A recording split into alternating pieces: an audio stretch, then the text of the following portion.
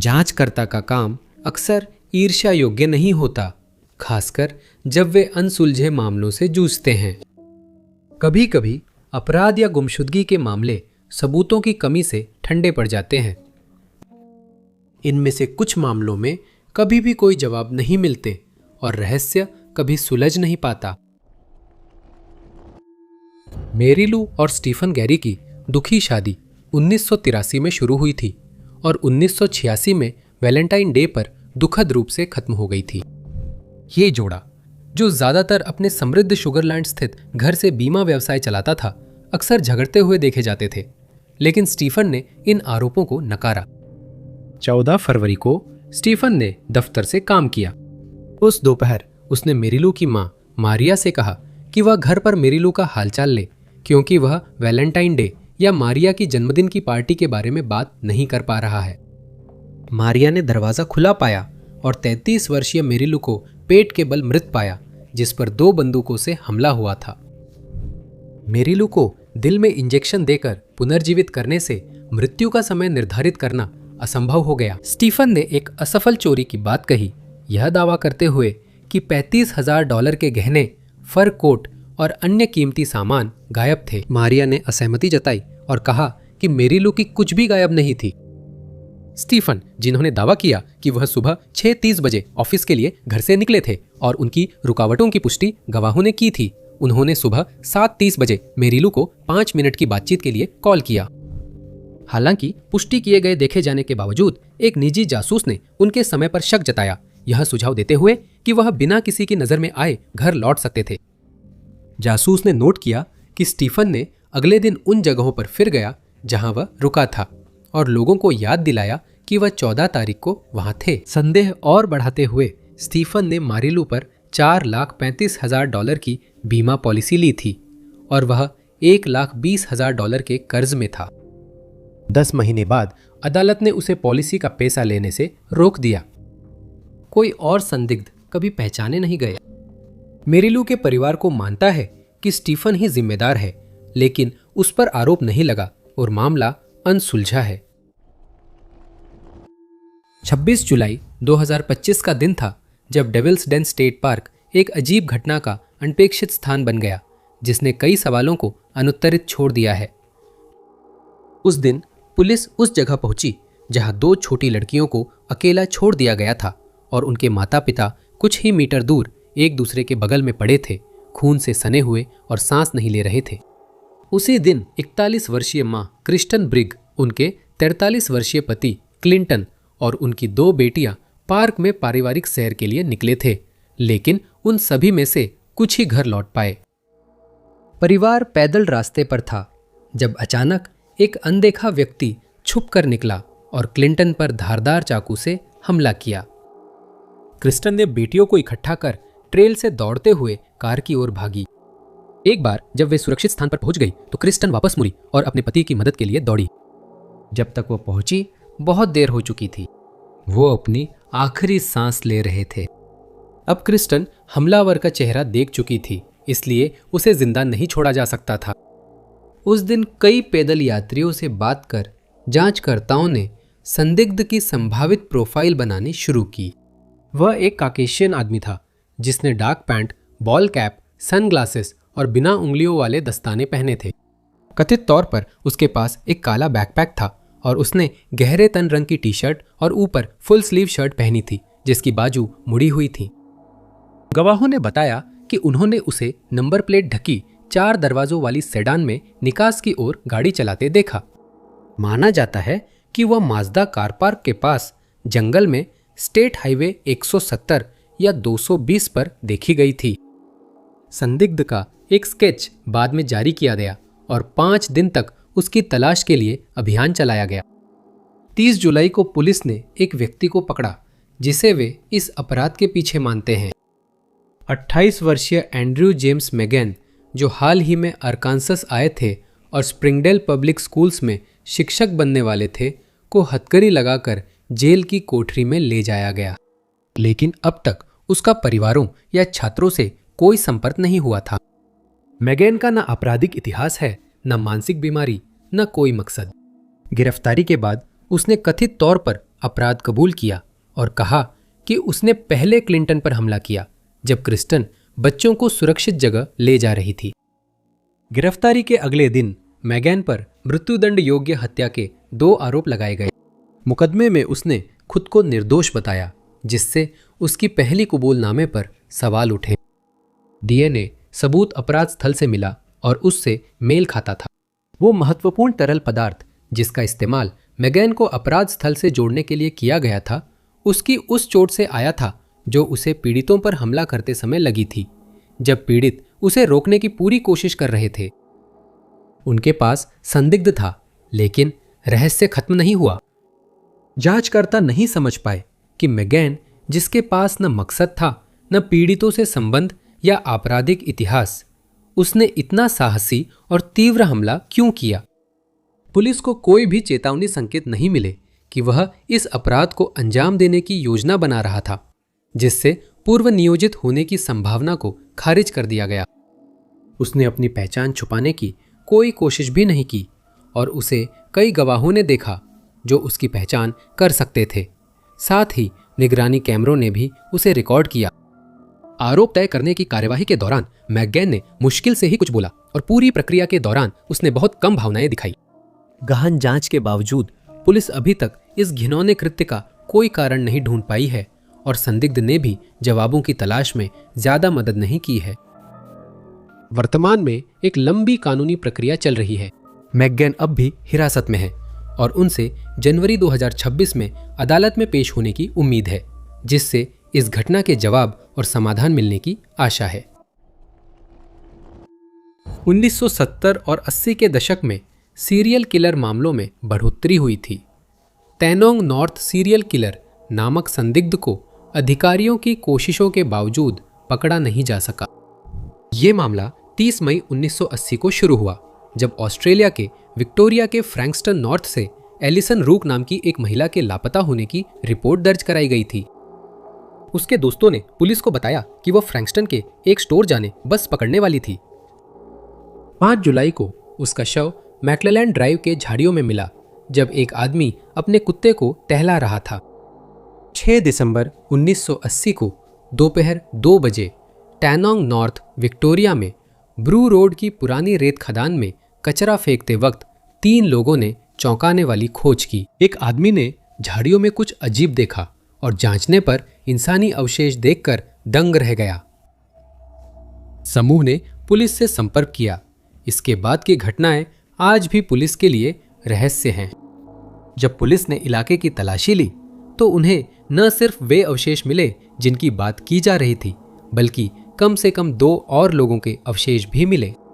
अवशेषों को हटाकर जांच के लिए एक लैब में भेजा गया और परिणामों से पता चला कि वे 3 अलग अलग महिलाओं के थे: Catherine Headland, Ann Mary Sargent और बर्था मिलर। बर्था ने दोस्तों को ग्लेन आयरिस के वेस्ट लॉयन मेथोडिस्ट चर्च जाने की बात बताई और फिर गायब हो गई। कैथरीन 28 अगस्त को सुबह 11 बजे बर्विक में अपने बॉयफ्रेंड के घर आखिरी बार देखी गई थी। एन मैरी 6 अक्टूबर को सुबह 9:30 बजे क्रैनबर्न में अपनी मां के घर से निकलने के बाद लापता हो गई थी। उसने मां से कहा था कि वह डंडेनोंग जाने को बस पकड़ेगी और फिर क्लाइड के पोस्ट ऑफिस जाएगी। अगले साल 9 अक्टूबर 1981 को जॉय कार्मेल समर्स फ्रैंक्सटन में एक बस स्टॉप से गायब हो गई, जब उन्हें वहां आखिरी बार करीब 1 बजे रात को देखा गया था। वो फ्रैंक्सटन में दुकान जा रही थी, फिर गायब हो गई और बाद में उनके अवशेष फ्रैंक्सटन नॉर्थ के दूर इलाके में मिले। 3 फरवरी 1983 को एक आदमी टैनोंग नॉर्थ में प्रिंसेस फ्रीवे पर गाड़ी चला रहा था, जब उसकी कार का टायर पंचर हो गया। गाड़ी साइड में लगाकर टायर बदलते वक्त उसने झाड़ियों में एक हड्डी देखी, जिसे बाद में वेरिगल पुलिस विभाग ले गया। उस इलाके की तलाशी ली गई और एक अन्य महिला नरिमल स्टीवेंसन के अवशेष मिले। पुलिस का कहना है कि वे एक सीरियल किलर से निपट रहे हैं जो उस समय वहां सक्रिय था, लेकिन वे संदिग्ध की पहचान नहीं कर पाए। संभव है उसकी और भी पीड़िताएं हों, पर उसकी पहचान अज्ञात है।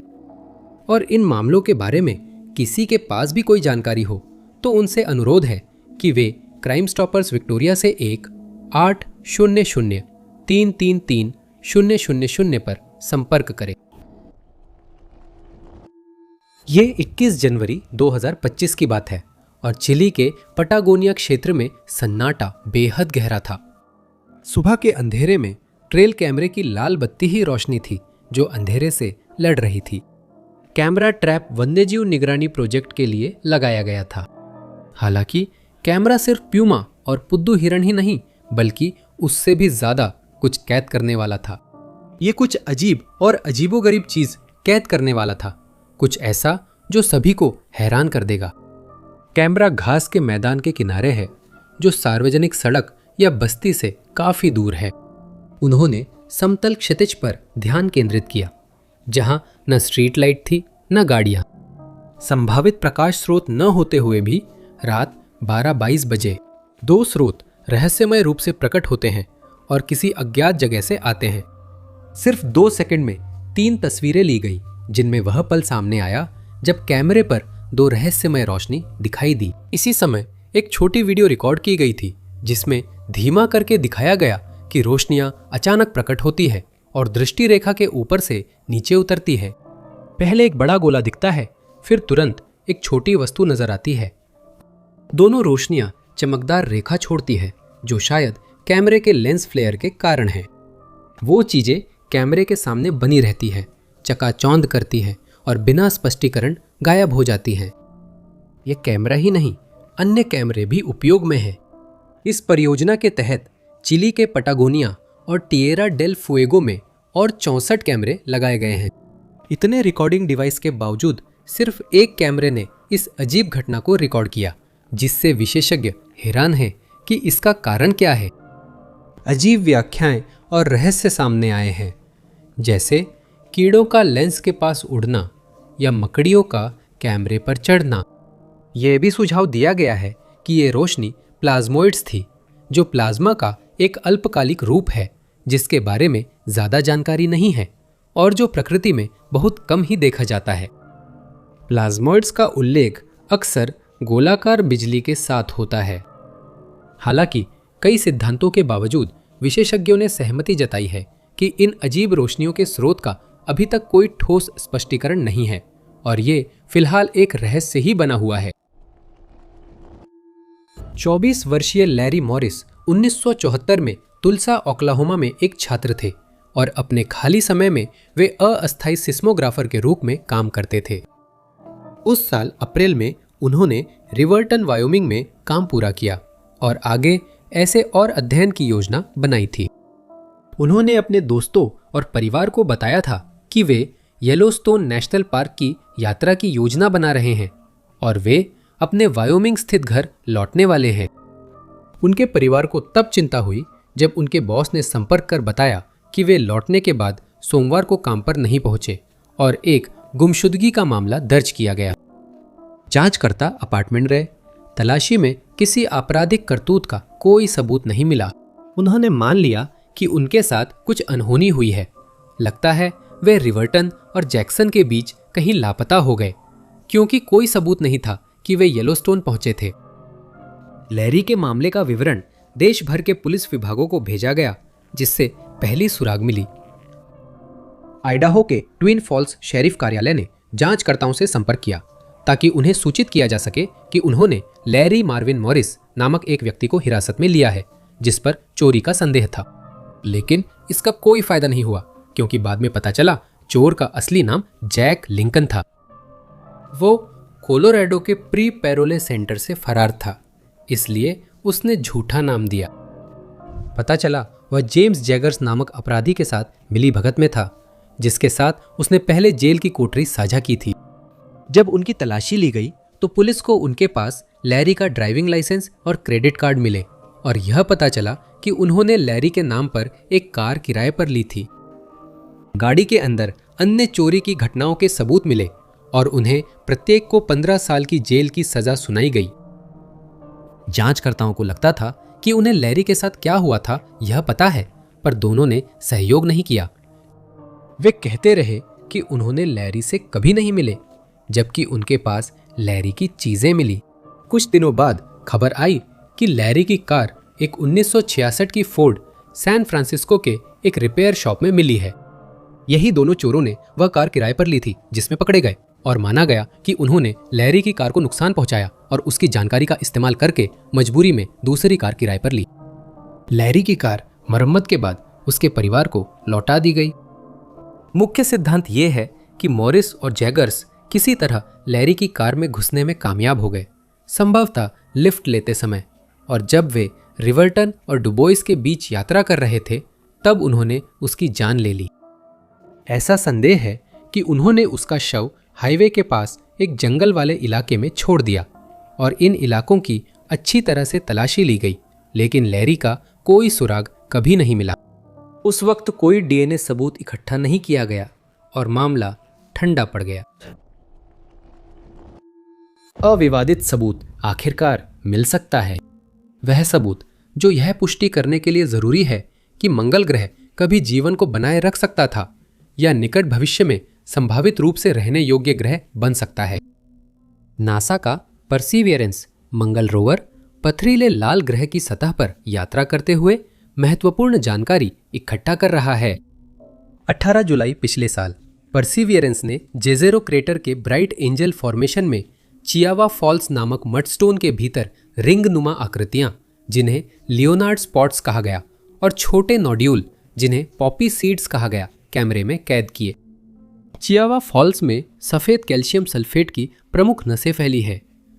इन नसों के बीच में एक लाल रंग का पदार्थ है जो हेमेटाइट की उपस्थिति का संकेत देता है, जो उन खनिजों में से एक है जो मंगल ग्रह के जंग जैसे रंग में योगदान करता है। तेंदुए के धब्बे हेमेटाइट की रासायनिक प्रतिक्रिया से बनते हैं, जिससे चट्टान का रंग लाल से सफेद हो जाता है। ऐसी प्रतिक्रियाएं फॉस्फेट और लोहा भी छोड़ सकती है, जिससे वे प्रमुख काले घेरे बनते हैं। वैज्ञानिकों का मानना है कि ये प्रतिक्रियाएं सूक्ष्म जीवों को ऊर्जा दे सकती हैं। तेंदुए के धब्बों के साथ साथ इस जगह पर दो और खनिज प्रमुख हैं, विवियनाइट और ग्रेगाइट। विवियनाइट प्रकाश और फेरस आयरन के फेरिक आयरन में ऑक्सीकरण से काली हो जाती है। ये खनिज सड़ती वस्तुओं वाले क्षेत्रों में मिलता है। ग्रेगाइट एक आयरन सल्फाइड खनिज है जो मैग्नेटोटैक्टिक बैक्टीरिया में मिलता है। यह सल्फर की स्थितियों के प्रति अपनी संवेदनशीलता के कारण प्राचीन पर्यावरण का एक महत्वपूर्ण पहलू बनाता है। इन खनिजों की मौजूदगी से संभावना बढ़ती है कि माइक्रोबियल जीवन मंगल पर टिक सकता है, और संकेत मिलता है कि यह बंजर ग्रह कभी हरे भरे पौधों से भरा था। पिक्सल और शर्लॉक उपकरणों ने इन बनावटों के साथ साथ मिट्टी के पत्थरों में मौजूद रसायनों का भी मानचित्रण किया है, क्योंकि उन्होंने चेवा फॉल्स के स्थानों से नमूने एकत्र किए हैं। ऐसे ही एक नमूने को बाद में सैफायर कैनियन नाम दिया गया है और मंगल ग्रह पर प्राचीन जीवन का सबसे आकर्षक उम्मीदवार माना जाता है। ये कहने के बाद भी हर संभावित सुराग के पास हमेशा एक बचाव का रास्ता होता है। मंगल पर जीवन टिक सकता है या नहीं, इस रहस्य को हाइड्रोथर्मल प्रतिक्रियाओं की मौजूदगी और जटिल बना देती है। वैज्ञानिकों ने पाया कि ऐसी प्रतिक्रियाएं रिडॉक्स ग्रेडियंट्स और भू रासायनिक मार्ग बायोसिग्नेचर की नकल कर सकते हैं। सवाल यह है कि क्या तेंदुए के धब्बे ऐसे मंगल का संकेत हैं जो जीवन को सहारा दे सकता था, या वे सिर्फ वैसे दिखते हैं? कैप्टन जेम्स विलियम बॉयड के जीवन की ज्यादा जानकारी नहीं है। वे अमेरिकी गृह युद्ध में 6ठी टेनेसी इन्फेंट्री के कॉन्फेडरेट सेनाई में थे और एक अजीब साजिश सिद्धांत से जुड़े हैं। यह ज्ञात है कि बॉयड को दक्षिण के लिए जासूस पाए जाने के बाद युद्धबंदी बना लिया गया था, और जब वह कैद में थे तब उन्हें कुछ विशेष सुविधाएं मिली थी। उन्होंने कुछ जेल के पहरेदारों से दोस्ती कर ली थी और जेल से भागने की योजना उन्हें बताते थे। कुछ समय बाद उनके साथियों को शक हुआ कि वो मुखबिर है और उनकी जान को धमकी मिलने लगी। जेल से बाहर निकलने की बेचैनी में सिद्धांत के अनुसार उन्होंने दिसंबर 1864 में युद्ध सचिव एडविन स्टैंटन को पत्र लिखा। उन्हें पता था कि स्टैंटन उनकी रिहाई कर सकते हैं, इसलिए उन्होंने नेशनल डिटेक्टिव पुलिस प्रमुख लाफायट बेकर से बात की, जो मानते थे कि बॉयड उत्तर के लिए उपयोगी हो सकते हैं। बेकर की योजना के अनुसार बॉयड ने दावा किया कि कैद के कारण उनका परिवार परेशान है, जिससे उन्हें जेल से रिहा कर दिया गया। उन्होंने बेकर के लिए काम किया और वॉशिंगटन से निकलने वाले भागने के रास्तों का नक्शा बनाने का जिम्मा मिला। नक्शा पूरा होने पर उन्होंने उसकी एक प्रति बेकर को दी, लेकिन असली नक्शा अपने पास रखा और सिद्धांत के अनुसार उसमें कई जगह थीं जहां कॉन्फेडरेट सैनिकों को सहायता और भाग निकलने का रास्ता मिल सकता था। इन स्थानों में सुर्राट टैवर्न, एक डॉक्टर मड का घर, सैमुअल कॉक्स का घर, साथ ही एलिजाबेथ क्वेसनबेरी और एक अन्य डॉक्टर स्टीवर्ट के घर शामिल थे। सिद्धांत के अनुसार बॉयड को स्टैंटन ने राष्ट्रपति लिंकन की हत्या में मदद के लिए भर्ती किया, लेकिन उसका इसे अंजाम देने का इरादा नहीं था। वह फरार हो गया और स्टैंटन की सारी कोशिशें नाकाम रही। यह स्टैंटन के लिए एक बहुत बड़ी समस्या थी, क्योंकि बॉयड के पास बहुत सी हानिकारक जानकारी थी, जिसमें सबसे बुरी बात अमेरिका के राष्ट्रपति की नियोजित हत्या थी। फिर भी योजना आगे बढ़ी और जॉन विल्क्स बूथ ने बॉयड की जगह ले ली, या ऐसा कहा गया। हत्या के बाद बूथ ने नेवी यार्ड ब्रिज की ओर रुख किया, जहां उससे लिंडन बी जॉनसन द्वारा दिया पासवर्ड पूछा गया। उसे मैरीलैंड में प्रवेश मिला। फिर वह सुरेट्सविल गया। टूटी टांग का इलाज करवाने के बाद वो मिस्टर कॉक्स के घर पर बॉयड से मिला, जिन्होंने कॉन्फेडरेट सैनिकों को भागने में मदद की थी। बॉयड ने बूथ को छुपने के लिए एक अच्छी जगह ढूंढने में मदद की, जिसके बाद वह रैपाहैनॉप नदी की ओर गया। उसने जॉन सिंगलटन मॉस्बी से मिलने का इंतजाम किया था, जिसके बारे में उसने दावा किया कि वह बूथ की मदद कर सकता है, लेकिन इसके लिए $300 की कीमत मांगी, जिस पर बूथ ने सहमति जताई। बूथ की तलाश में पता चला कि उसने बॉयड के नक्शे का एक रास्ता चुना था और बूथ को पकड़ने वो बॉयड की जान लेने का आदेश मिला। 25 अप्रैल को बॉयड मिस्टर गैरेट के खेत के खलिहान में मिला, लेकिन उसने आत्मसमर्पण नहीं किया। खलिहान में आग लगाई गई, लेकिन बॉयड बाहर नहीं आया। आखिरकार उसे आग्नेयास्त्र से घायल कर दिया गया, खलिहान से घसीटकर बाहर निकाला गया और जल्द ही उसकी मृत्यु हो गई। कई लोग इस सिद्धांत को सच मानते हैं, लेकिन बॉयड अपने बचाव में कुछ नहीं कह सका, इसलिए शायद हम कभी नहीं जान पाएंगे कि यह घटनाएं सच थीं या नहीं। निकोल लग्वेरे ने बताया कि उनके पति लियोनार्ड जे मर्क्यूरी प्रमुख ड्राफ्टर तकनीशियन हैं और समुदाय में प्रसिद्ध हैं। वो ऐसे इंसान हैं जिन्हें हर कोई पसंद करता है। उनकी मज़ेदार और साहसी पर्सनैलिटी उनके शांत स्वभाव के साथ अच्छा कॉन्ट्रास्ट बनाती है। इन्हीं खूबियों से लियोनार्ड खास बनते हैं और उनकी गैर मौजूदगी ज़्यादा महसूस होती है।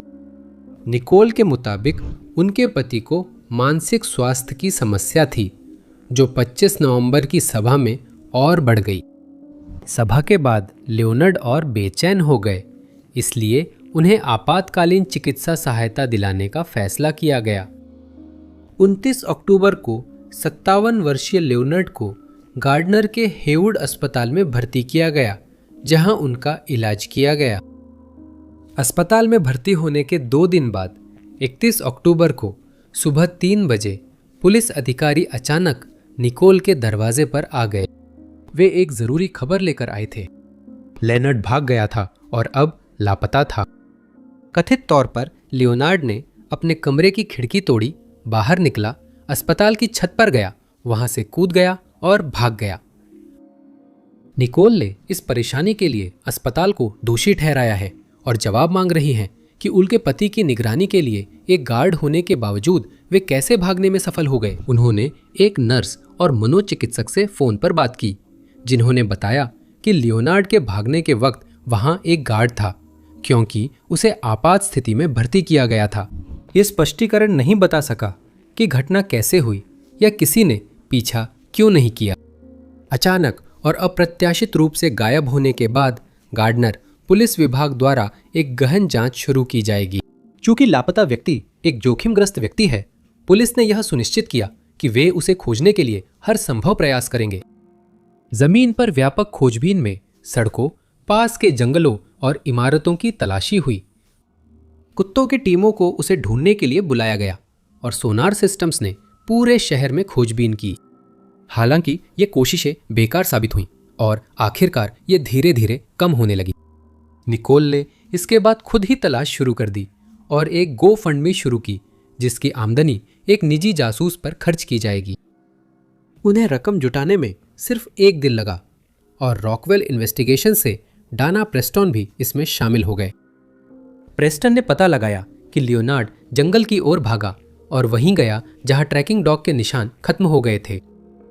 इसी इलाके में, जिसे न जाने कितने अधिकारियों ने अनदेखा कर दिया था, प्रेस्टन को अस्पताल के मोज़ों की एक जोड़ी मिली।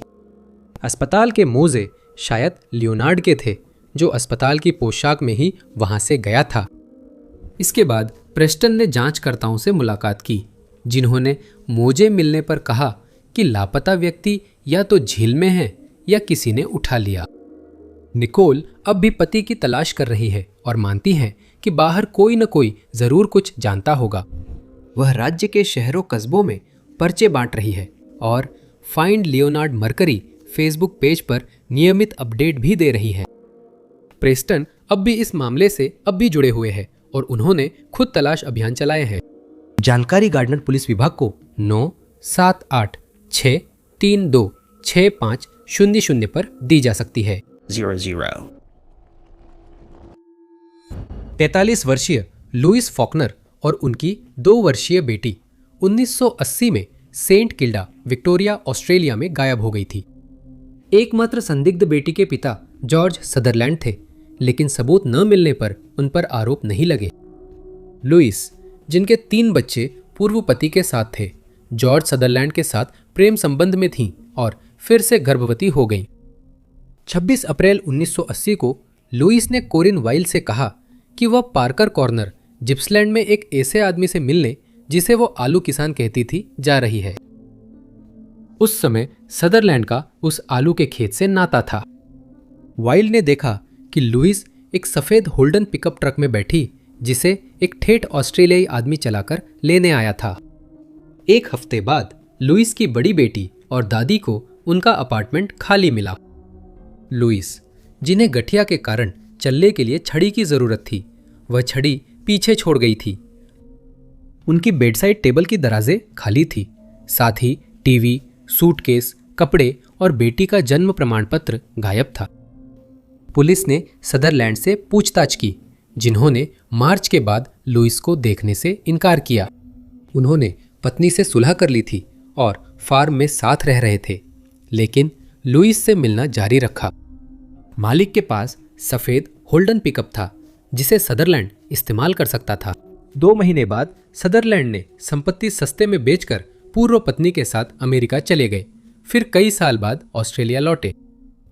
लुइस 2006 तक लापता थी, जब एक मीडिया संस्थान को भेजे गए गुमनाम पत्र में बताया गया कि सदरलैंड ने स्वीकारा कि उसने उससे छुटकारा पा लिया, जब उसने बेटी की जिंदगी में ज्यादा शामिल होने की मांग की थी।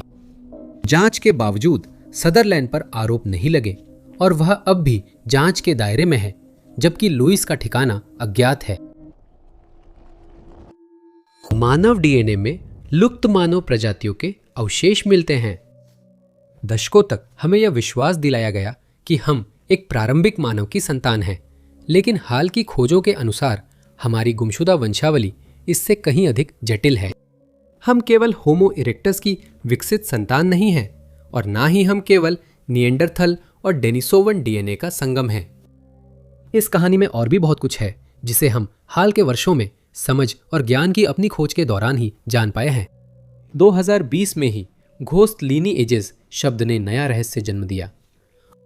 ये पाया गया कि पश्चिम अफ्रीकी जीनोम्स में एक रहस्यमय डीएनए स्ट्रैंड मौजूद है, जो किसी अज्ञात प्राचीन आबादी से आया है और जिसे अब तक पहचाना नहीं जा सका है। यह अंतः प्रजनन शायद उसी समय हुआ था जब अन्य जगहों पर भी निएंडरथल्स के साथ अंतः प्रजनन हो रहा था। ये पाया गया कि पश्चिम अफ्रीका की 4 आबादियां, असान, मेंडे, यूरोबा और गैम्बियन, सभी के डीएनए में एक रहस्यमय अज्ञात प्राचीन होमिनिन का डीएनए मौजूद है, जो मानव जाति का एक ऐसा रिश्तेदार माना जाता है जिसने निएंडरथल से पहले हमारी वंशावली से अलग हो गया था। इस खोज ने मानव वंशावली में डेनिसोवंस और निएंडरथल से परे नया पहलू जोड़ा।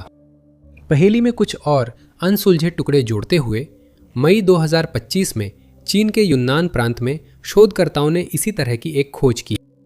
लगभग 7100 साल पुरानी कंकाल की खोज के बाद वैज्ञानिकों ने एक और पहले से अज्ञात मानव शाखा के संकेत पाए। इस नई प्रजाति को बेसल एशियन सिनी नाम दिया गया है, जिसने तिब्बती और ऑस्ट्रो एशियाई आबादी की उत्पत्ति से जुड़ी शुरुआती धारणाओं को चुनौती दी है।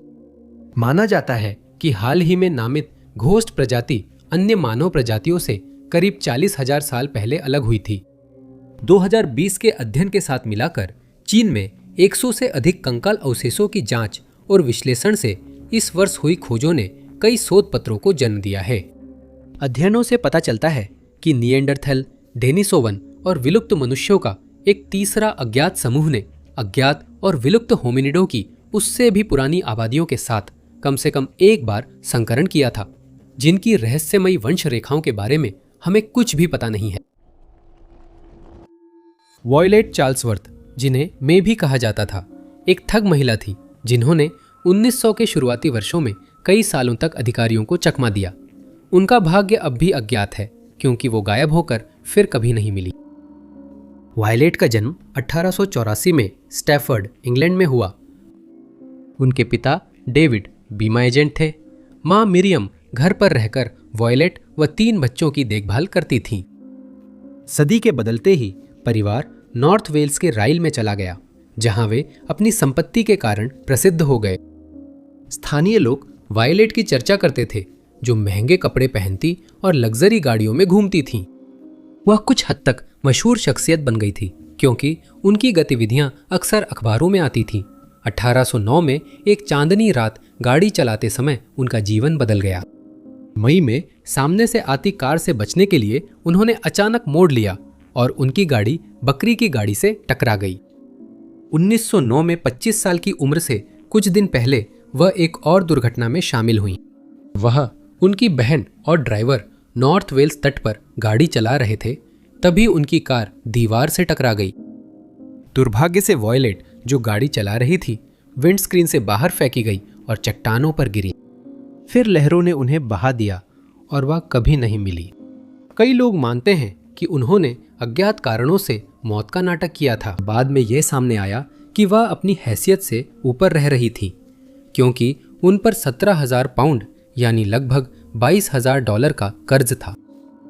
परिचितों ने बताया कि मिरियम वर्षों से कहती आ रही थी, वॉयलेट को अपने सैनिक मंगेतर से 70,000 पाउंड विरासत में मिलने वाले हैं, जिनकी मौत हो गई थी।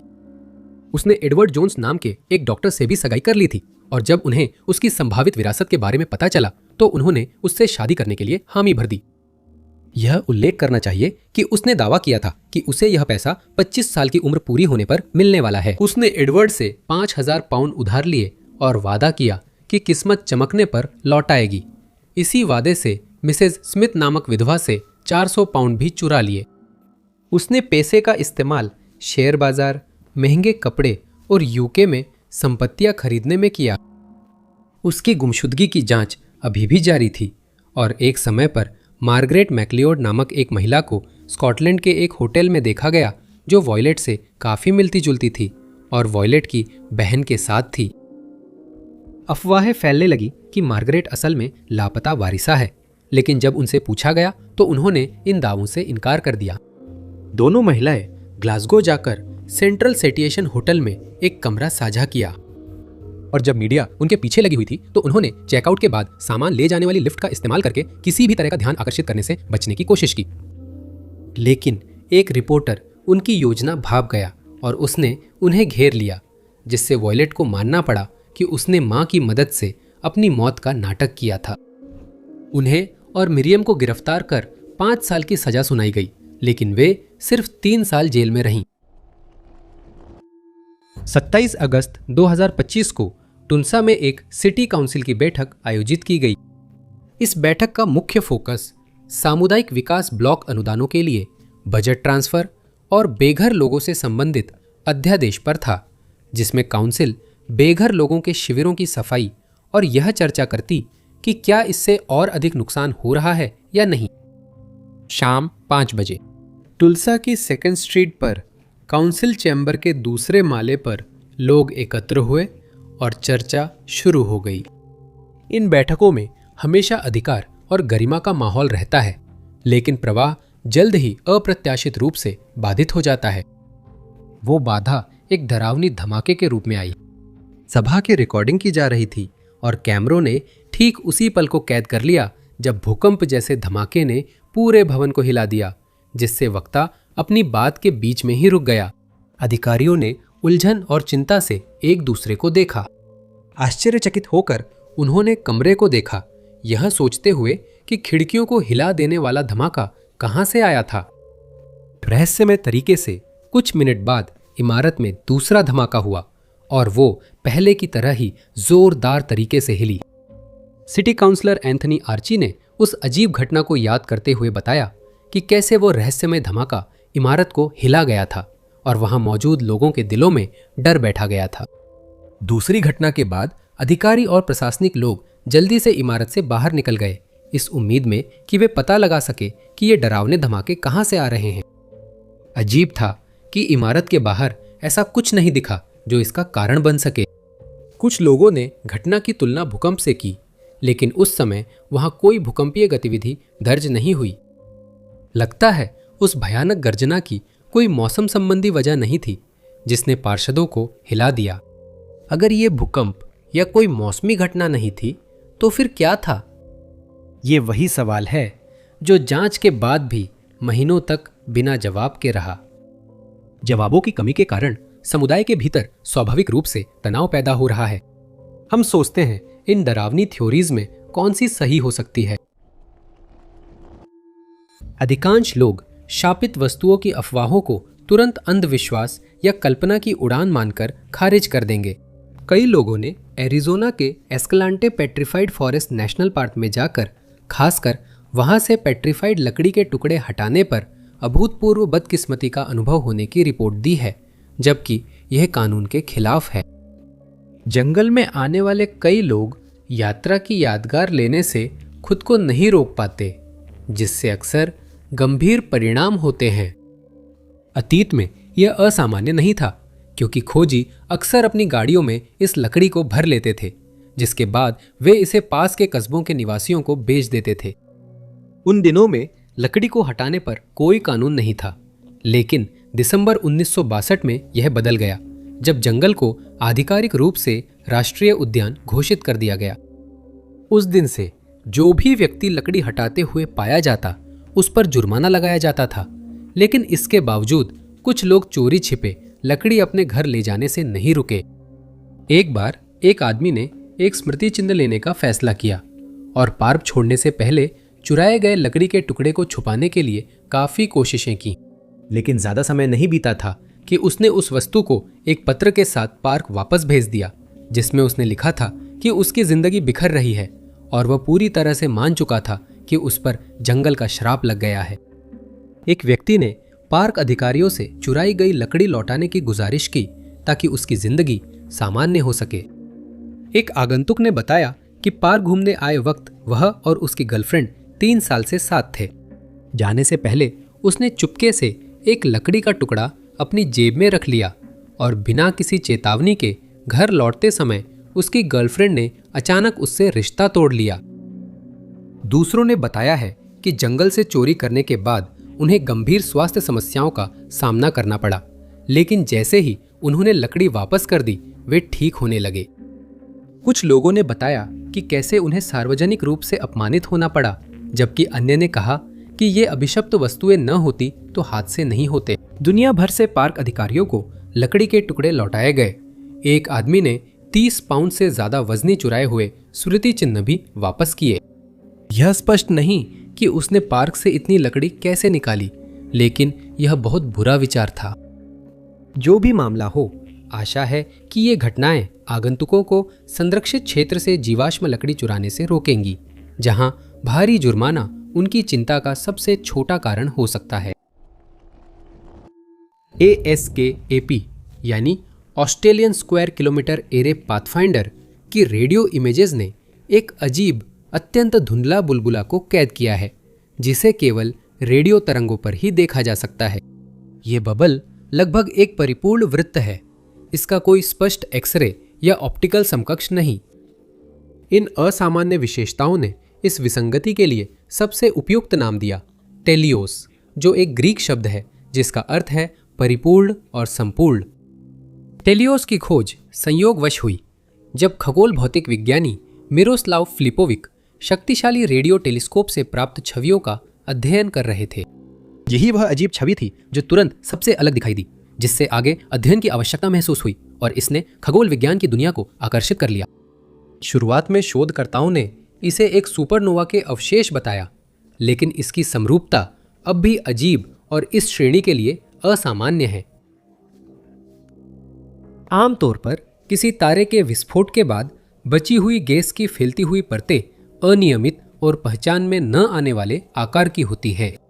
ये विकृतियां झटके की तरंगों और ब्रह्मांडीय सामग्री की बाद की क्रियाओं से होती हैं, जो काफी कम मामलों में समान होती हैं। टेलियोस ने नियम तोड़ा क्योंकि उसमें लगभग त्रुटिहीन अप्राकृतिक डिजाइन था। गोलाकार सममिति दुर्लभ है और संभवतः ज्ञात सुपरनोवा के अवशेषों में मौजूद ही नहीं है, जिससे विस्फोट की सटीक उत्पत्ति और प्रकृति को लेकर अटकलें लगाई जाती हैं।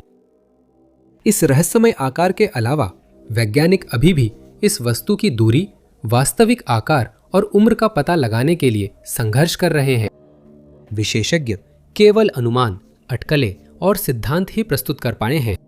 ये इस पर निर्भर करता है कि आप किस अनुमान को मानते हैं। टेलियोस या तो युवा और नजदीक है या पुराना और विशाल। अगर यह पहला है तो ऑप्टिकल समकक्ष की कमी रहस्य को और गहरा करेगी, जिसे दूसरा सुलझा सकता है।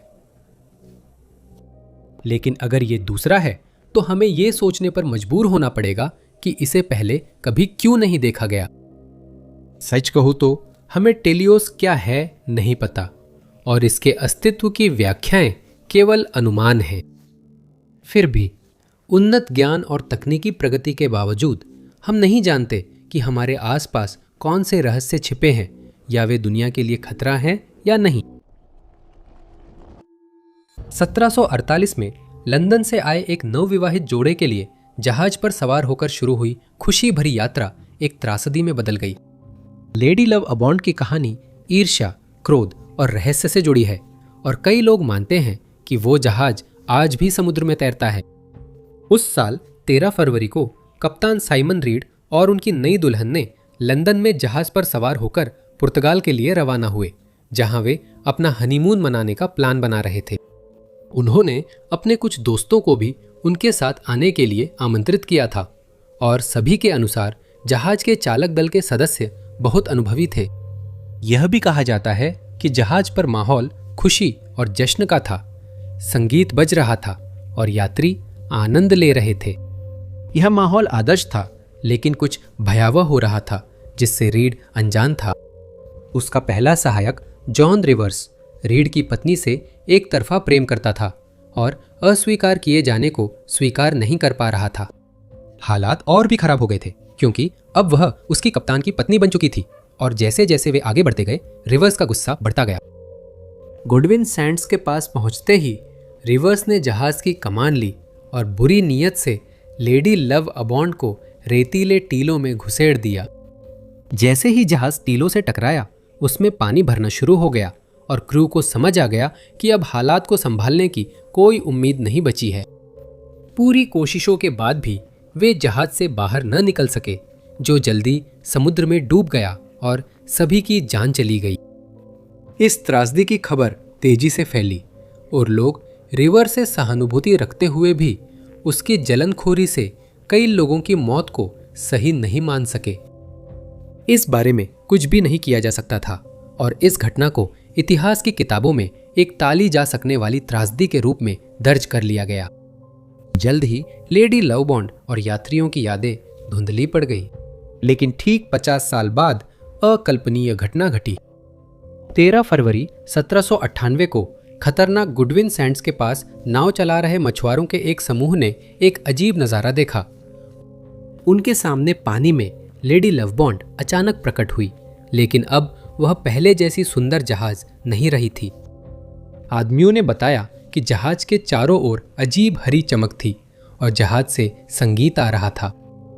एक और जहाज, एक स्कूनर जो उस इलाके में चल रही थी, ने भी बताया कि लेडी लवबॉन्ड इतनी अचानक प्रकट हुई कि स्कूनर के कप्तान को टक्कर से बचने के लिए बचाव की कार्रवाई करनी पड़ी। किसी ने भी जहाज पर चालक दल या यात्री को देखने की रिपोर्ट नहीं दी, लेकिन कई लोग मानते हैं कि वे अब भी जहाज पर हैं और हमेशा उसी रास्ते पर चलने के लिए अभिशप्त हैं।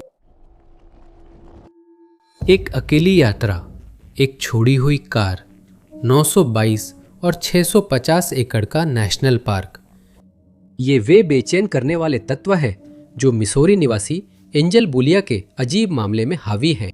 एंजल का जन्म और पालन पोषण सेंट लुइस, मिसौरी में हुआ था और उन्होंने विस्कॉन्सिन के लॉरेंस यूनिवर्सिटी से स्नातक करने के बाद शिकागो का रुख किया। वह शिकागो में कम समय रहीं और अक्टूबर 2025 में सेंट लुइस लौट आईं। यहाँ उन्हें रिवर सिटी कैसीनो में नौकरी मिली, जो वह नवंबर में शुरू करने वाली थीं।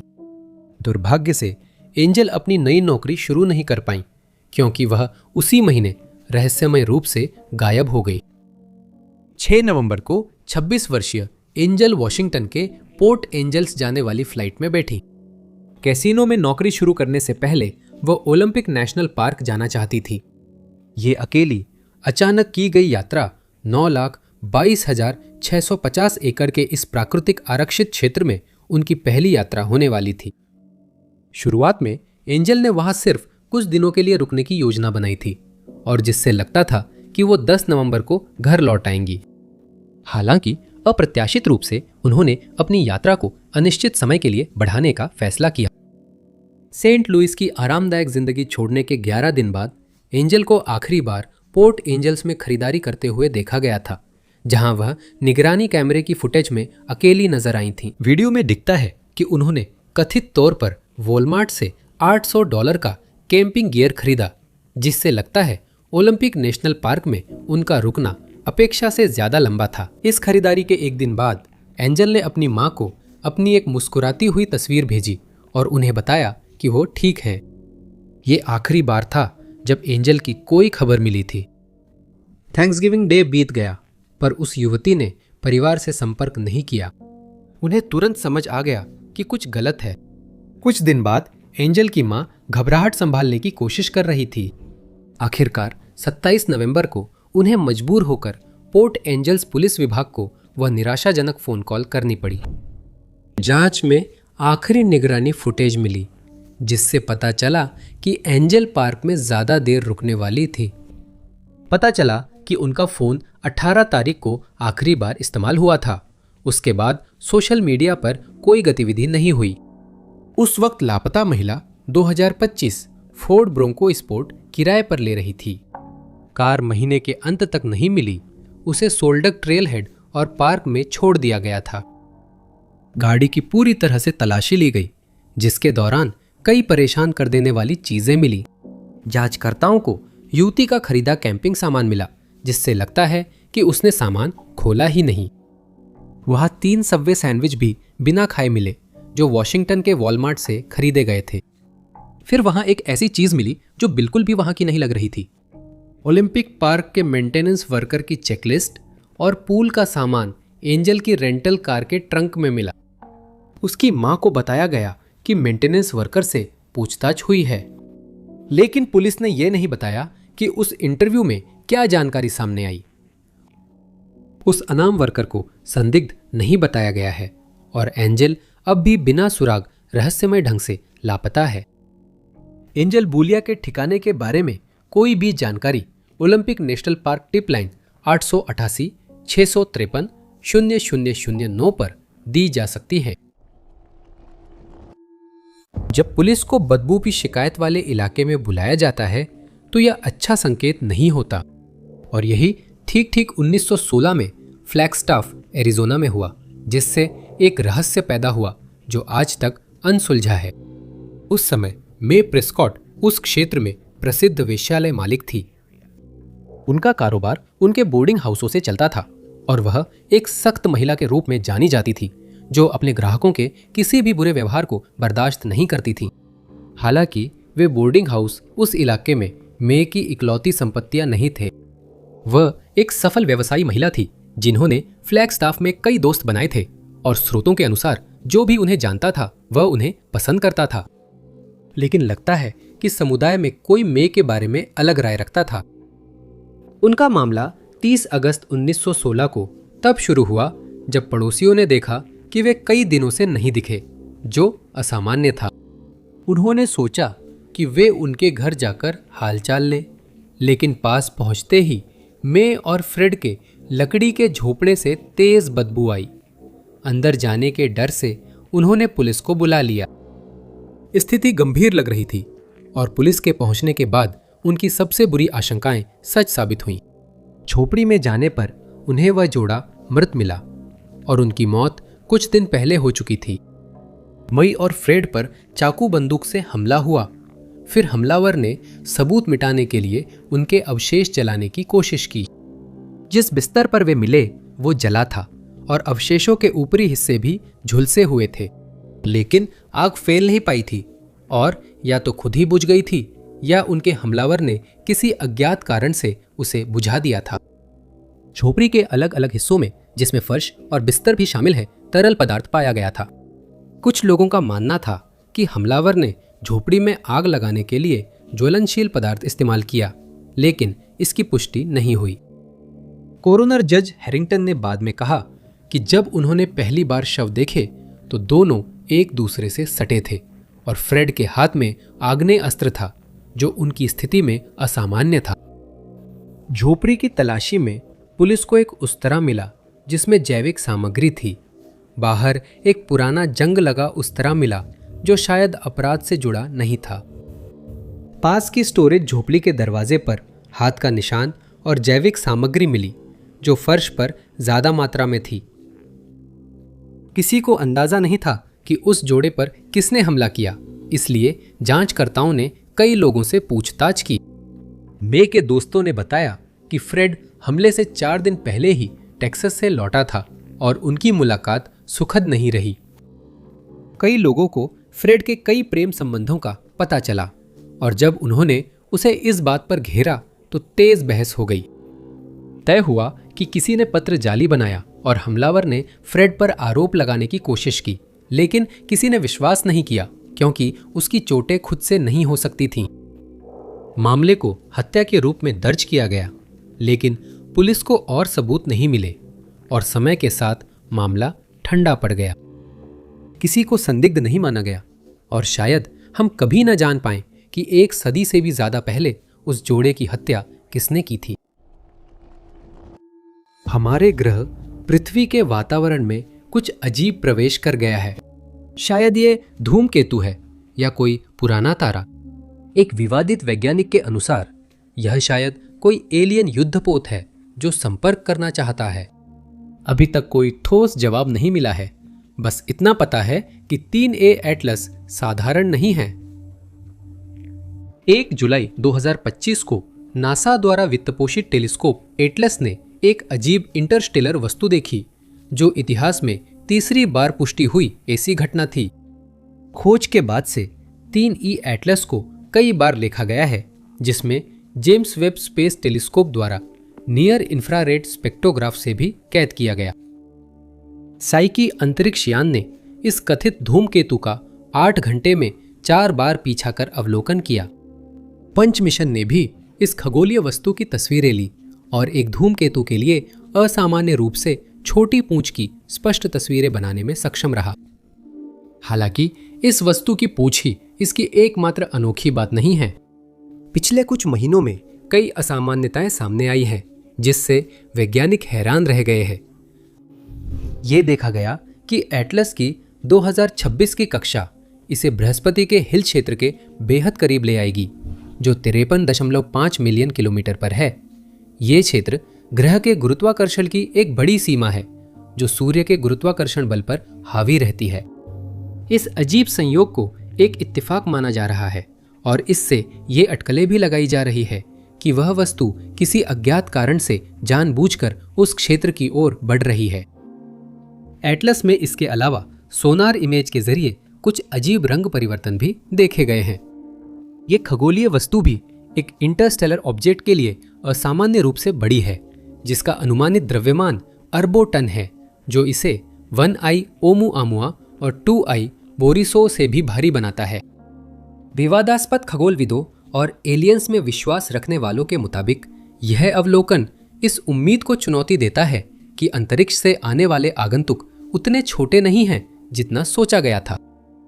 एटलस की विचित्रताओं में एक और बात यह है कि इसमें अत्यधिक नकारात्मक ध्रुवीकरण पाया गया है, जो किसी धूमकेतु के लिए बहुत ही असामान्य है और सौर मंडल की अन्य वस्तुओं में नहीं देखा गया है। अजीब बात यह है कि इस वस्तु की पारंपरिक धूल की पूंछ नहीं है, जिससे इसकी उत्पत्ति और प्रकृति पर बहस हो रही है। इससे लगता है कि यह या तो शुरू में सोचे गए से कहीं ज्यादा चट्टानी है या शायद तकनीकी, जैसा कुछ लोग मानते हैं। ये कथित धूमकेतु, जो कुछ ही मानदंडों पर खरा उतरता है, पहले से ज्यादा चमकीला और सूर्य से भी अधिक नीला है। कहा जाता है कि इसमें सूर्य की ओर और विपरीत दिशा में जेट्स हैं, जो विशाल सतह क्षेत्र दर्शाते हैं। वैज्ञानिकों ने यह भी देखा है कि इसकी कक्षा आश्चर्यजनक रूप से स्थिर है, जो इसे एक प्राकृतिक धूमकेतु मानने की धारणा को चुनौती देती है। विवादास्पद खगोलशास्त्री जैसे कि एवी लोएब का तर्क है कि 3E एटलस की विचित्रताएं इसकी अप्राकृतिक संरचना और एलियन तकनीक के कारण हो सकती हैं। वे चेतावनी देते हैं कि मानवता को अप्रत्याशित और शायद अवांछित आगमन के लिए तैयार रहना चाहिए। कुछ वैज्ञानिक मानते हैं कि हरी चमक, निकल व CO2 की अधिकता और अजीब व्यवहार साधारण अज्ञात प्राकृतिक प्रक्रियाओं से समझाए जा सकते हैं। विशेषज्ञ यह नहीं बता पाए हैं कि धूमकेतु जीवन के लिए जरूरी तत्व जैसे methanol, hydrogen cyanide, carbon dioxide, निकल वाष्प और बर्फ के रूप में पानी क्यों ले जा रहा है। फिलहाल जैविक संकेतों और एलियन तकनीक के दावों को केवल अटकलें ही माना जा रहा है और हम अभी भी वास्तव में नहीं जानते कि 3E एटलस क्या है, ये कहां से आया है या क्यों। ऑस्ट्रेलिया के तस्मानिया में पुलिस ने कहा है कि वे एक दंपत्ति की भलाई को लेकर बेहद चिंतित हैं। 72 वर्षीय ग्रेगरी वॉन और उनकी साथी 66 वर्षीय किम वॉर्नर, जो एक छोटे विमान में उड़ान भरने के बाद लापता हो गए। ये मामला 2 अगस्त 2025 को शुरू हुआ, जब ग्रेगरी, किम और उनका कुत्ता मॉली जॉर्ज टाउन एयरपोर्ट पर एक हरे रंग के 2 सीटों वाले ब्रिस्टल SLSA विमान में सवार हुए और सेंट्रल न्यू साउथ वेल्स की ओर रवाना हुए। उन्हें विक्टोरिया में विमान में ईंधन भरवाना था, पर वे वहां नहीं पहुंचे। जब एक परिवार के सदस्य ने महसूस किया कि वे बहुत देर हो गई है, तो वह चिंतित हो गया और उन्हें ढूंढने के लिए मदद तलाशने लगा। ग्रेगरी छोटे विमानों को उड़ाने में नया नहीं था, क्योंकि वह ये काम लंबे समय से कर रहा था और उसे पता होता कि कौन सी प्रक्रियाएं अपनानी हैं। दंपति के दोस्त ने जब जॉर्ज टाउन हवाई अड्डे से टेक ऑफ का प्रसारण नहीं सुना, तो उसने सोचा कि उड़ान में देरी है।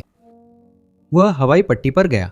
उम्मीद थी कि ग्रेगरी और किम विमान के पास इंतजार करते मिलेंगे, लेकिन जब वह वहां पहुंचा तो यह देखकर हैरान रह गया कि विमान अब वहां नहीं था और दंपत्ति पहले ही उड़ान भर चुके थे। एयरपोर्ट्स एसोसिएशन के अध्यक्ष डेविड ब्रूस्टर पास के हैंगर में काम कर रहे थे, तभी दोस्त अपनी चिंता लेकर उनके पास गया। उसने डेविड से कहा कि उसे इस बात की चिंता है कि उसने प्रस्थान कॉल नहीं सुनी और साथ ही इस बात की भी चिंता है कि दंपत्ति ने उड़ान भरने के बाद से किसी से भी रेडियो के जरिए संपर्क नहीं किया है। यह सुनते ही खतरे की घंटी बज गई, क्योंकि ग्रेग के बारे में यह जाना जाता था कि जब भी वो विमान उड़ा रहे होते थे तो लगातार रेडियो प्रसारण के जरिए संपर्क में रहते थे।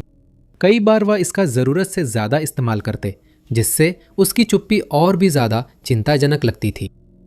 पहला कदम था एयर सर्विसेज ऑस्ट्रेलिया से पूछना कि क्या ग्रेगरी या किम ने उनसे संपर्क किया था, लेकिन जवाब बहुत कम मिला।